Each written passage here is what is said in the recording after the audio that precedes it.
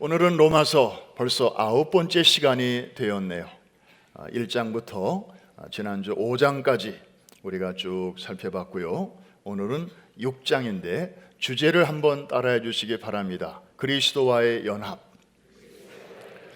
다소 좀 이렇게 신학적인 주제이긴 합니다만은 우리의 신앙생활에 너무 중요한 내용을 또 다루고 있습니다. 나는 누구인가? 예수를 믿는 나는 어떤 영적 상태에 지금 여기에 와 있는가? 여기에 대해서 한마디로 나는 그리스도와 함께 연합한 자다, 이렇게 알려주고 있습니다. 에베소서 2장의 5절과 6절에 그 내용을 잘 요약하고 있어서 여러분에게 한번 소개를 드립니다. 허물로 죽은 우리를 그리스도와 함께 살리셨고 너희는 은혜로 구원을 얻은 것이라 또 함께 일으키사 그리스도 예수 안에서 함께 하늘에 앉히시니. 요약하면 우리는 그리스도와 함께 죽은 자요 또한 그리스도와 함께 산 자라, 그런 뜻이 되겠습니다. Union with Christ, 주님과 연합한 자다. 아주 떨어질래야 떨어질 수 없을 정도로 꼭 붙어있는 그런 자가 되었다라는 그런 말씀이 되겠습니다. 그런데 저 내용을 더 구체적으로 자세하게 우리에게 풀어주신 말씀이 바로 오늘 본문이 되겠는데, 로마서 6장 1절 이하의 말씀이 되겠습니다.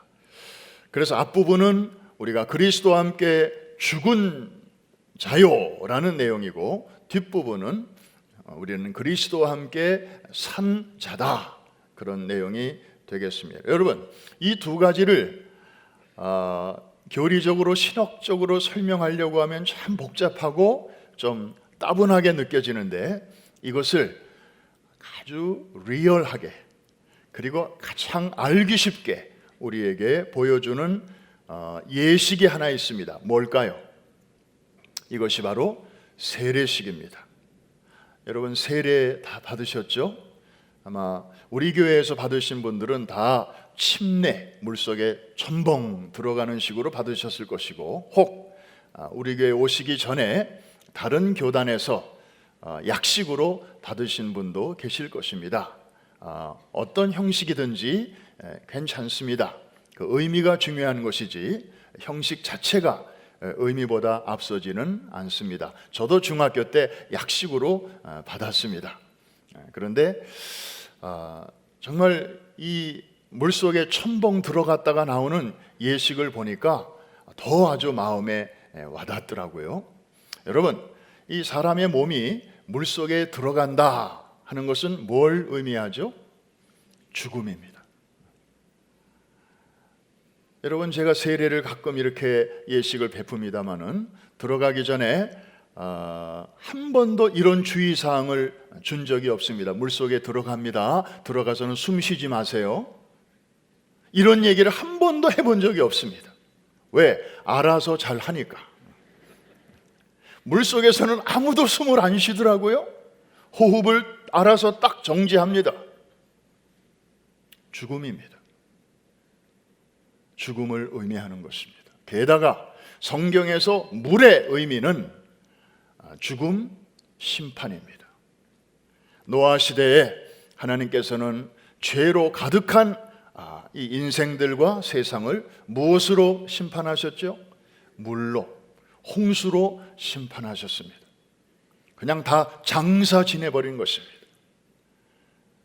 그리고 새로운 땅에 새로운 가족을, 믿음의 식구들을 내려놓으신 것이죠. 그리고 물속에서 호흡을 정지하다가 그 다음에 이제 물 바깥으로 나오면서 세례받은 사람들은 어떻게 하죠? 그동안에 정지했던 호흡을 확 이렇게 바깥으로 이제 호흡을 다시 내쉽니다. 그냥 적당한 호흡이 아니라 그동안에 잠시지만은 이렇게 홀드했던 숨을 확 뿜어내는 거죠. 이거는 새로운 생명입니다. 다시 살아난 것입니다. 그래서 숨을 쉬세요 말하지 않아도 물 밖에서 나오는 사람마다 알아서 잘 쉽니다. 그래서 죽음 그리고 삶, 죽음, 그리스도와 함께 죽고 그리스도와 함께 살아난, 이것을 아주 리얼하게 어린아이도 어른도 노인도 남자도 여자도 누구나 다 쉽게 몸으로 체득할 수 있도록 하나님께서는 이런 예식을 우리에게 주신 것입니다. 여러분, 오늘 우리는 두 가지 내용을 다시 한번 이제 공부하려고 합니다. 첫 번째가 나는 그리스도와 함께 죽었다는 사실입니다.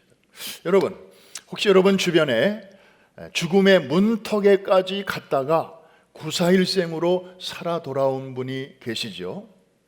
그런 분들의 이야기를 아마 종종 들으셨을 것입니다. 월남전에 참여했는데, 혹은 이라크나 아프가니스탄 전쟁에 참여했는데 총탄이 빗발치고 또 지뢰가 어디서 터질는지 모르는, 그리고 실제로 아침에까지 같이 있었던 전우가 오후에 보이지 않는, 이런 정말 삶과 죽음을 하루에도 수없이 넘나드는 그런 기로에서도 하나님의 은혜로 그 고비를 잘 넘기고 생還한 분들의 이야기, 혹은 비행기나 또 버스를 탔다가 사고를 만나서 정말 거의 대부분의 사람들이 목숨을 잃은 가운데서도 극적으로 살아나온 분들의 이야기, 혹은 병세가 깊어서 병원에서도 의사들도 이제 다 두 손 두 발 들고 그냥 호스피스에 가셔서 그냥 드시고 싶으시고 마음껏 드시고 그냥 가족들과 좋은 시간 보내세요, 이런 진단을 받은 분인데 극적으로 건강이 회복되어서 의료진과 주변을 깜짝 놀라게 하는 그런 사람들의 이야기. 그런데 이런 분들의 공통점을 보면 한두 가지 공동적으로 나타나는 현상이 있습니다. 그게 뭐냐면 삶을 대하는 태도가 before와 after가 아주 확연히 다르다는 점입니다. 그도 그럴 것이 그냥 살 때는 몰랐는데 죽음의 문턱에까지 갔다가 다시 생존 세계로 돌아와 보니 살아있다는 게 너무 감사하고 이 1분 1초가 너무 새롭게 느껴지는 거죠. 너무 소중하게 여겨지는 것입니다. 꼭 죽는 줄만 알았는데 사람이 이렇게 죽는 것이로구나, 그냥 그렇게 생각했었는데 아직 살아있으니까 나는 이제부터 덤으로 사는 인생이야, 그러면서 감사와 감격이 이제 늘 따르게 되죠. 여러분, 하나 질문합니다. 이렇게 죽을 뻔하다가 살아난 사람과 실제로 죽었다가 다시 살아난 그런 사람 중에 어느 사람이 변화와 감격의 폭이 더 클까요? 별로 대답이 없을 줄로 알았습니다. 왜? 그런 경험은 아무나 하는 게 아니잖아요. 그냥 이렇게 상상할 뿐이죠. 그런데 그래도 상상으로 한번 대답해 보세요. 그냥 죽을 뻔하다가 살아난 사람이 누리는 감격과 실제로 죽었는데 하나님께서 기적적으로 그를 일으켰을 때 그 사람이 느끼는 감격, 누가 더 짜릿할까요? 아무래도 이쪽이 더 세겠죠. 바로 오늘 본문은 저와 여러분의 영적 상태에 대하여 죽을 뻔했는데 살아났다 이렇게 말하지 않고 너희가 죽었다 이렇게 선포하고 있습니다. 할렐루야. 여러분, 대피기도 하는 분들 기도를 가만히 들어보면 꼭 어느 대목에 가서는 이렇게 둘로 나누어져요. 한국에서도 그렇고 또 미국에 와서도 그런 걸 느낍니다. 되게 기도하시는 분들이 앞부분에서 감사 기도를 할 때 죄와 허물로 죽을 수밖에 없었던 우리를 이렇게 하나님께서 살려주셔서 고맙습니다, 이렇게 기도하는 분들이 있고, 죄와 허물로 죽었던 우리를 살려주셔서 감사합니다, 이렇게 기도하시는 분들이 있어요. 이 중에 어느 쪽이 더 성경적인가요?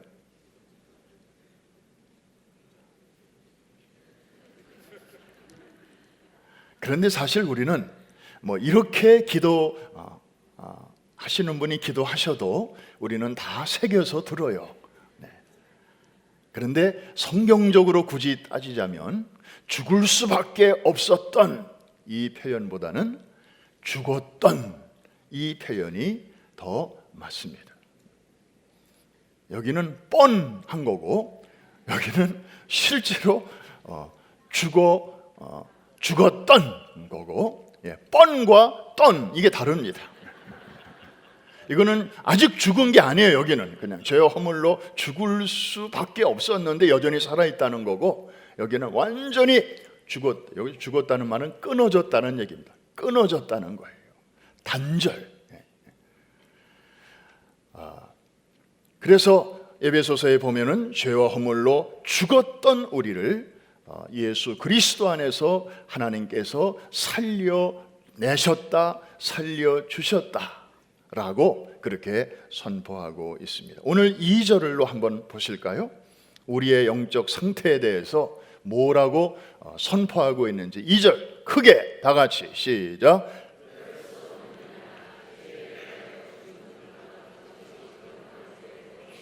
죄에 대하여 죽을 수밖에 없었던 우리인가요? 아니면 죽었던 우리인가요? 죽은 우리. 무엇에 대하여 죽은 우리? 죄에 대하여. 저 대목을 여러분들이 잘 좀 이렇게 주목하시기를 바랍니다. 저기서 말하는 죽음은 우리 육신의 죽음은 아니죠. 우리 아직 살아있잖아요. 또 앞으로 더 오래 살 거잖아요. 그런데 저기서 말한 이미 죽은 우리라고 할 때 저 죽음은 또 다른 차원이죠. 우리를 지배하는 죄의 세력으로부터 우리가 자유하게 되었다는 의미입니다. 사실 우리가 죽는 순간 사단은 우리에게 아무런 실력도 행사하지 못합니다.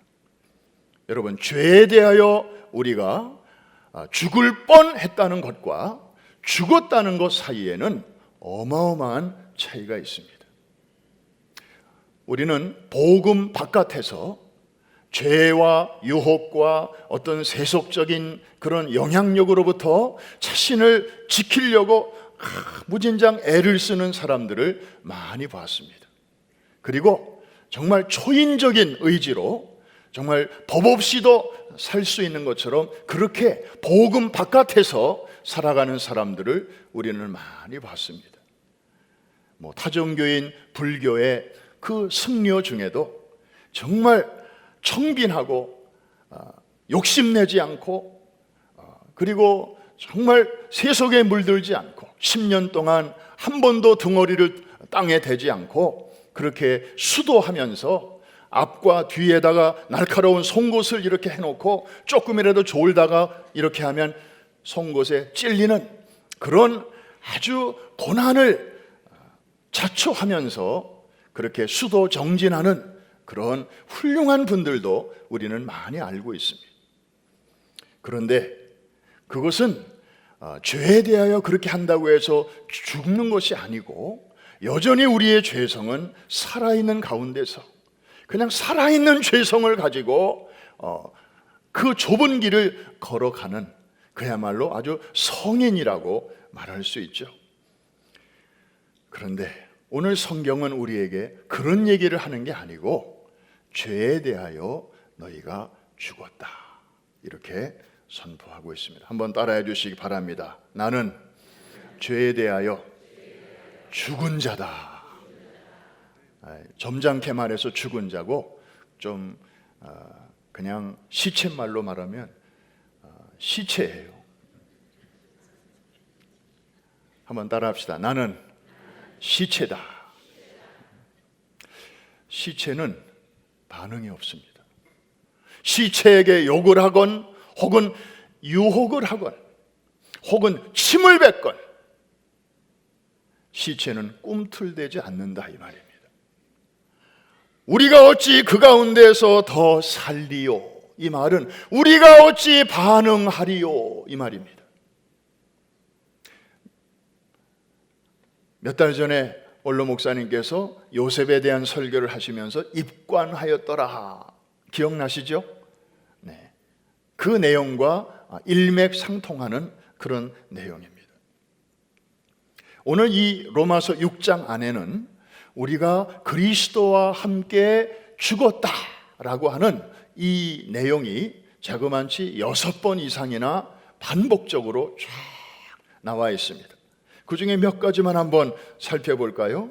우리 4절 말씀, 6장 4절 같이 한번 읽습니다. 시작. 그러므로 우리가 그의 죽으심과 합하여 세례를 받음으로 그와 함께 장사되었나니 이는 아버지의 영광으로 말미암아 그리스도를 죽은 자 가운데서 살리심과 같이 우리로 또한 새 생명 가운데서 행하게 하려 함이라. 세례 받을 때 물속으로 들어갔다가 다시 나오듯이 우리가 그리스도와 함께 죽고 그 다음에 그리스도와 함께 살아나는 것을 저렇게 말씀하고 있습니다. 이번에는 5절 말씀 시작. 만일 우리가 그의 죽으심과 같은 모양으로 연합한 자가 되었으면 또한 그의 부활과 같은 모양으로 연합한 자도 되리라. 그러니까 이렇게 주와 연합되고 또한 이렇게 주와 연합되었다라고 팩트를 우리에게 선포하고 있는 것입니다. 마지막으로 한 절만 더 보겠습니다. 11절 참 중요한 말씀이네요. 11절 시작. 이와 같이 너희도 너희 자신을 죄에 대하여는 죽은 자요 그리스도 예수 안에서 하나님께 대하여는 살아있는 자로 여길지어다. 할렐루야. 와, 저 말씀은 정말 짧지만 굉장한 구원받은 이후에 우리의 삶이 어떠해야 할 것을 저 말씀처럼 간결하면서도 힘있고 분명하게 말씀하시는 구절 좀처럼 찾아보기 어렵습니다. 그러면서 한 번 더 시작. 이와 같이 너희도 너희 자신을 죄에 대하여는 죽은 자요 그리스도 예수 안에서 하나님께 대하여는 살아있는 자로 여길지어다. 여러분, 기독교의 진리는 죽어야 산다고 하는 것입니다. 죽어야 사는 것입니다. 한 아기가 엄마 뱃속에서 나올 때마다 하나님은 이것을 웅변적으로 우리에게 말씀해 주십니다. 아이가 나오자마자 이렇게 오물을 씻고 그 다음에 그 조산원들이 병원에서 도와주시는 분들이 맨 먼저 하는 일이 무엇일까요? 탯줄을 자르는 것입니다. 여러분, 탯줄은 아기가 엄마 뱃속에 있는 10달 동안의 생명선입니다. 물론 아이들이 뱃속에 있을 때 입도 생기고 눈도 생기고 귀도 생기고 손가락, 발가락 다 생기지만 그것은 뱃속에 있는 동안에는 아무 쓸모가 없어요. 그거는 이제 태어났을 때 쓰려고 미리 거기서 준비하는 거고 모든 영양분은 엄마로부터 이 탯줄을 통하여 공급받아 왔어요. 10개월 동안을. 그런데 그거를 지금 잘라요. 이거는 아이에게는 죽음입니다. 그런데 자르지 않으면 큰일 나요. 이것을 잘라 주어야 이 아이는 전에는 어두운 데 있었지만 이제는 밝은 세상을 엔조이할 수 있고 전에는 좁은 엄마 뱃속이었지만 이제는 광활한 세상을 향해서 나아갈 수가 있고 정말 무궁무진한 가능성의 세계로 이 아이는 비로소 진입할 수 있는 것입니다. 한번 따라해 주시기 바랍니다. 죽어야 산다. 이해가 되시면 아멘.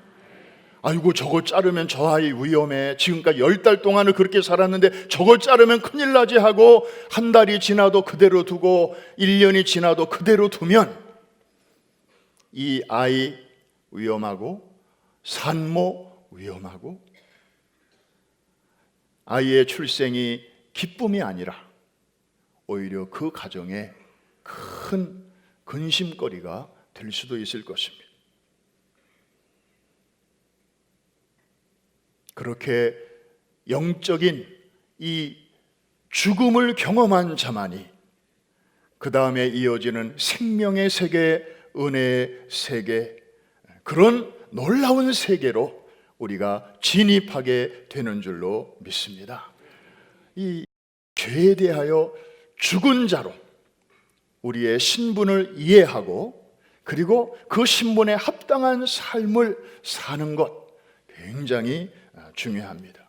여러분, 시체 선언을 하시기 바랍니다. 한번 따라 합시다. 나는 시체다. 건드려봐야 소용없다. 그래서 예수 믿기 전에는 조그만한 일에도 그리고 조그만한 말 한마디에도 그냥 발끈하고 그냥 화를 내고 그리고 막 반응하고 그랬는데 진짜 예수 안에 들어와 있는 사람은, 예수와 함께 죄에 대하여 죽은 사람은요, 더 이상 죄가 나를 지배하지 못하는 거예요. 그런데도 죄는 계속해서 우리를 유혹합니다. 우리에게 이렇게 유혹도 하고 또 우리의 감정을 건드립니다. 그럴 때 발끈하는 사람이 있어요. 이런 사람은 덜 죽어서 그래요. 덜 죽어서 그래요. 완전히 죽게 되시기를 주의 이름으로 축원합니다. 그 시체 선언을 날마다 해야 돼요. 사도 바울도 그랬잖아요. 나는 날마다 죽노라. 바울과 같은 성령 충만한 분도 험불하게 그런 마음으로 하루하루를 살아갔다면 저와 여러분은 말해 뭐 하겠습니까? 잘 죽으시기 바랍니다. 오늘 실습하시기를 바랍니다. 예배 시간에는 다 죽은 것 같았는데 축도 끝나고 나가자마자 또 막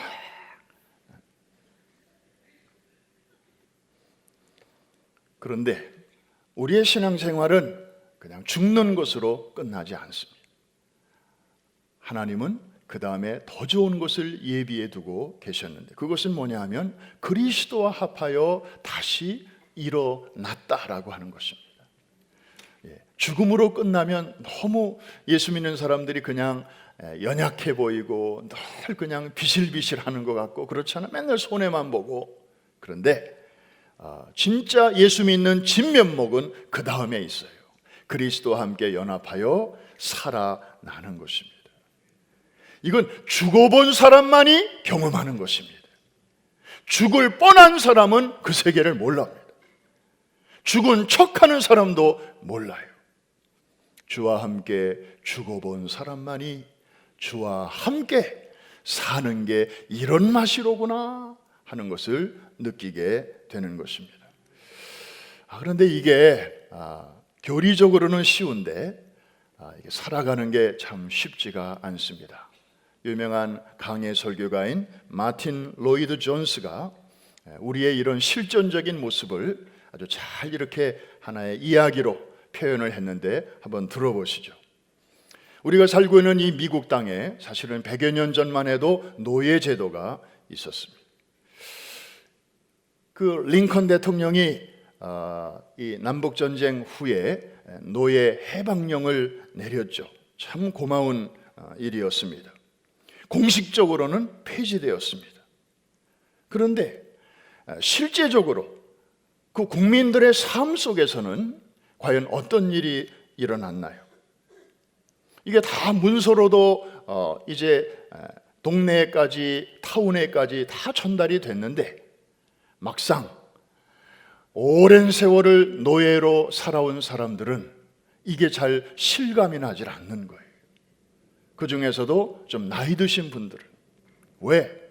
그들은 할아버지도 노예였고 아버지도 노예였고 그리고 자신도 노예로 오랜 세월을 살았고 그리고 내 자식들도 태어나도 다 노예로 태어나는 줄로 알고 있다가 어느 날 갑자기 이제 당신들은 자유인이 되었다, 새로운 신분이 주어졌다, 이제는 마음 놓고 살아라, 주인 눈치 보지 말고 살아라, 이렇게 명령이 떨어졌는데도 머리로는 그렇구나, 새로운 세상이 왔네 하는데도 마음으로는 그리고 문화로는 이게 잘 흡수가 되지를 않았던 모양입니다. 그래서 저 멀리서 예전에 주인이었던 사람이 저 앞에서 오면요, 이 노예는 갑자기 막 긴장이 되는 거예요. 그러면 그렇지, 저 주인이 나를 다시 데리러 오는구나, 나를 다시 잡으러 오는구나, 나를 다시 이제 옛날처럼 부려 먹을는지도 그러면서 다시 팔려갈까 봐 의심하고 걱정하고 잠을 이루지 못하고 그런 일들이 참으로 많았다는 것입니다. 여러분, 이게 어찌 미국의 역사의 한 토막뿐이겠습니까? 영적으로 예수 믿고 구원받은 사람들의 삶 속에서도 얼마든지 이런 일들이 지금 일어나고 있다는 사실을 우리는 알아야 합니다. 법적으로는 해방되었습니다. 이게 팩트입니다. 그런데 느낌으로는 아직 아닙니다. 그리고 느낌으로는 언제라도 다시 노예로 갈 수 있는 길이 열려 있는 것처럼 느껴집니다. 주인이 와서 야, 가자, 너 옛날에 그 노예로 살던 그 집 그대로 있으니까 다시 가자 하고 꼭 데려가면, 가자고 하면 가야 될 것 같은 그런 생각이 여전히 우리 안에 문화로, 습관으로 남아있는 거죠. 그런데 신앙생활은 느낌으로 해서는 안 될 줄로 믿습니다. 신앙생활은 분명한 하나님의 약속의 말씀 따라 해야 될 줄로 믿습니다. 그런 면에서 덮어놓고 믿으면 위험해요. 성경은 이게 덮어놓고 믿으면 성경 내용을 알 수가 없고, 알 수가 없으면 누릴 수가 없고, 누릴 수 없으면 이제 손해보고 사는 것입니다. 근데 신앙생활은 열어놓고 믿어야 돼요. 뭘 열어놓고 믿어야 될까요? 하나님의 말씀을 이렇게 덮어놓고 믿지 말고 열어놓고 이 말씀대로 약속의 말씀에 믿음을 화합해서 그 약속을 현금화 시키면서 살아가시기를 주의 이름으로 축원합니다.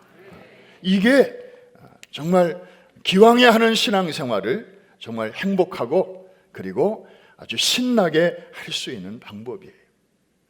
사단은요, 계속해서 여러분의 귓가에 속삭일 것입니다. 너 옛날에 노예였잖아.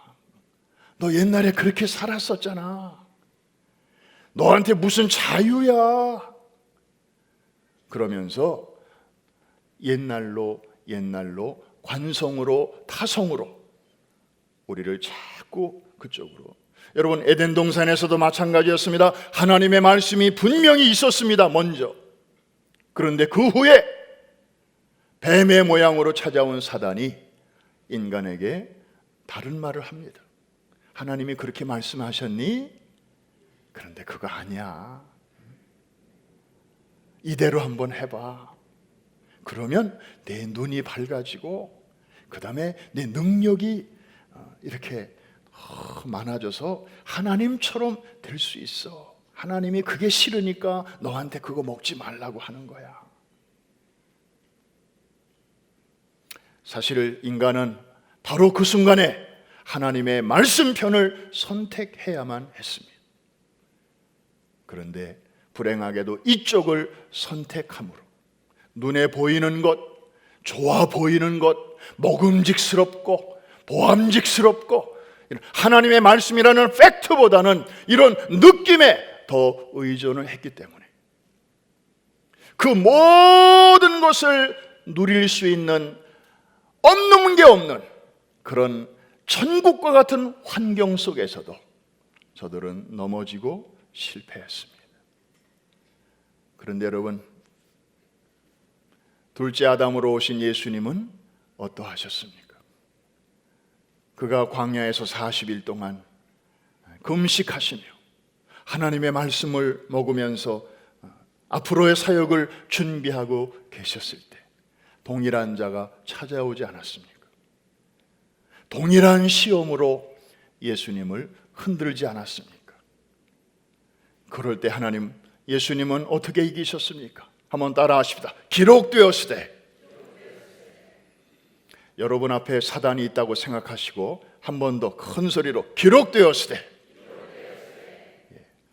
그 정도 해가지고 물러갈 것 같습니까?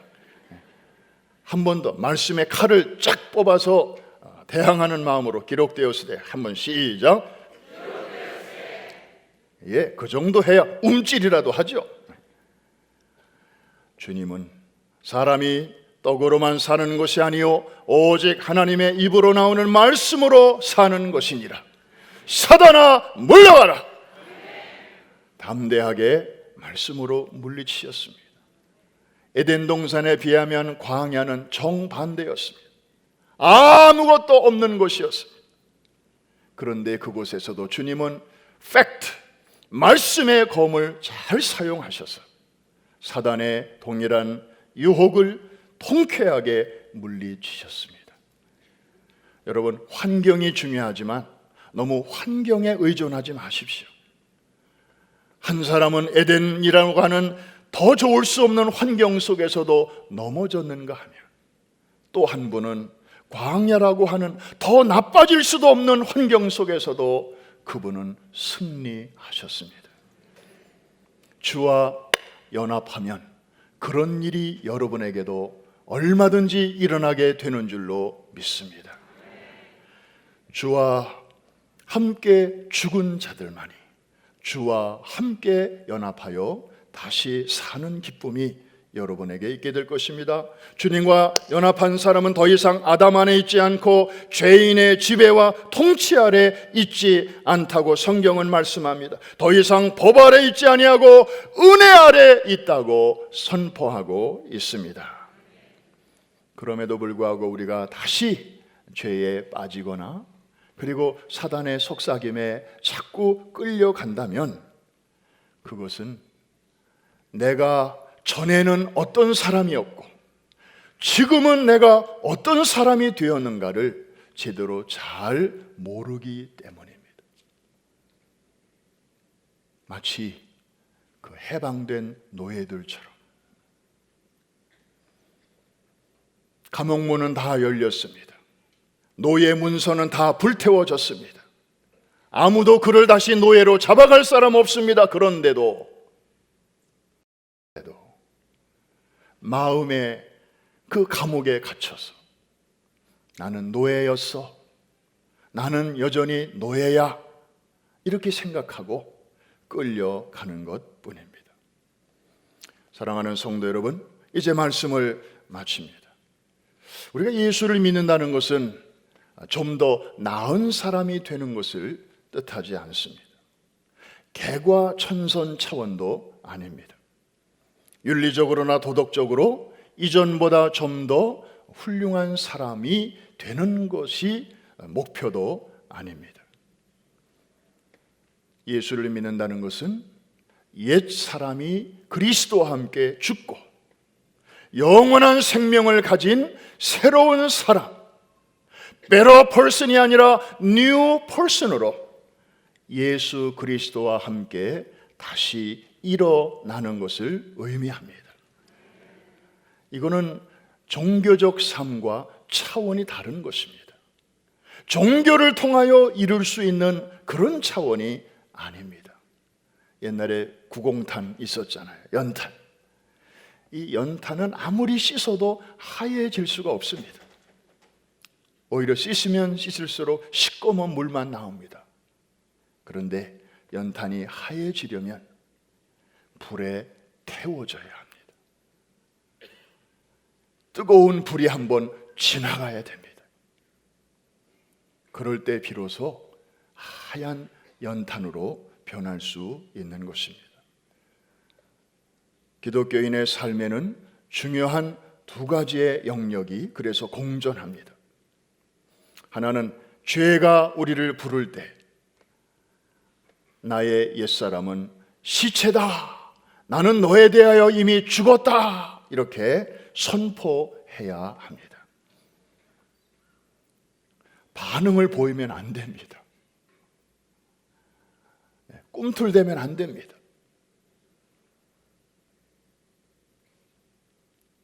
동시에 하나님께서 우리를 부르실 때 내가 너를 좀 이 일에 써야 되겠다, 아무개야 일어나서 나와 함께 같이 가자 라고 하나님이 부르실 때는 우리가 어떻게 해야 될까요?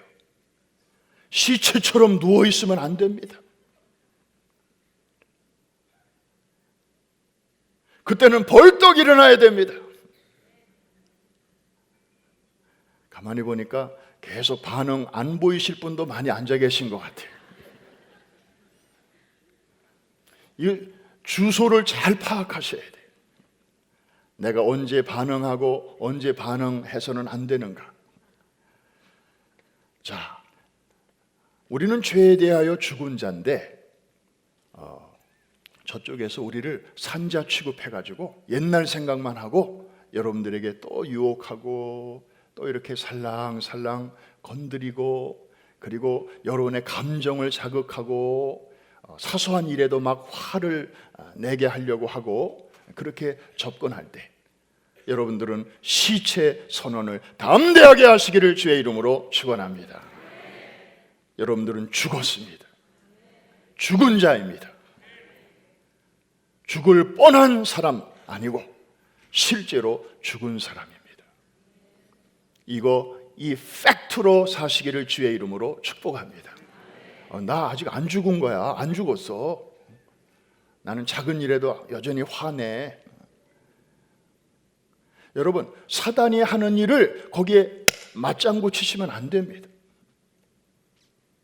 잘 안 되지만 나는 너에 대하여 죽은 자다. 더 이상 나를 괴롭게 하지도 말고 더 이상 나를 성가시게 하지도 말라. 여러분, 시체는 반응이 없거든요. 반응하지 마시기를 바랍니다. 그러나 디아더 사이드로 주님께서 여러분들에게 말씀을 통해서 그리고 주변에 있는 경건한 사람들을 통해서 여러분들을 격려하시고 또 일으켜주시고 또 어떤 일을 위해서 꿈을 주시고 비전을 주시고 그래서 할 일이 자꾸 생각나게 하시고 내가 너를 이 일을 위하여 불렀노라. 여러분들에게 그런 감동을 주실 때에는 죽은 척 하시면 안 됩니다. 벌떡 일어나시기를 바랍니다. 즉각 반응하시기를 바랍니다. 그래서 죽고 살고 죽고 살고 이 리듬이 아주 잘 이렇게 돌아갈 때 구원받은 성화의 삶은 어제보다는 오늘이, 지난달보다는 이번 달이, 작년보다는 금년이 나도 모르는 사이에 날마다 성장하고 성숙해지는 줄로 믿습니다. 콩나물 자라듯이 여러분의 믿음은 그렇게 여물어지고 맷집이 생기고 또 신앙의 근육이 생기게 되는 줄로 믿습니다. 죄에 대하여는 죽은 자로 여기시고 하나님께 향하여는 산 자로 여기고 선포하고 적용하면서 그렇게 이 두 가지를 헛갈리지 않고 잘 구별하면서 살아가시는 우리 프라미스 교우님들 다 되시기를 주의 이름으로 축복합니다. 축원합니다.